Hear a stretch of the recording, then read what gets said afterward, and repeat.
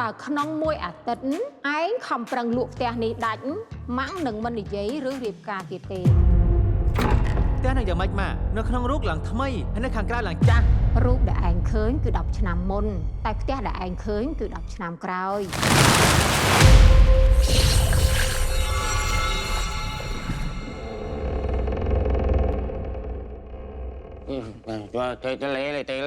ទេអត់ទេបងខ្យល់បកខ្យល់បក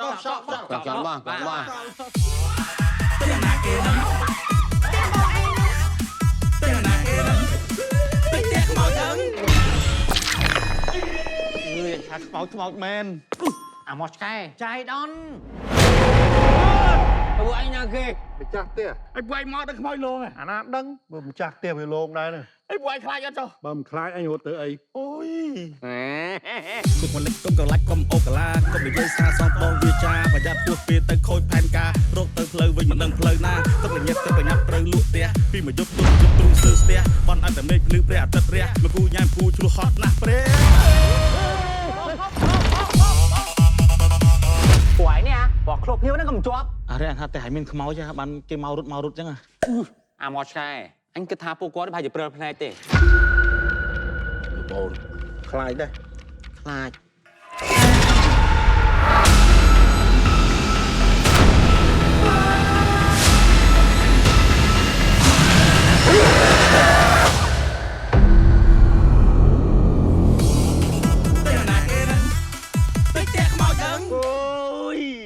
មកបន្លាចគេចឹងឲ្យទៀតចឹងហី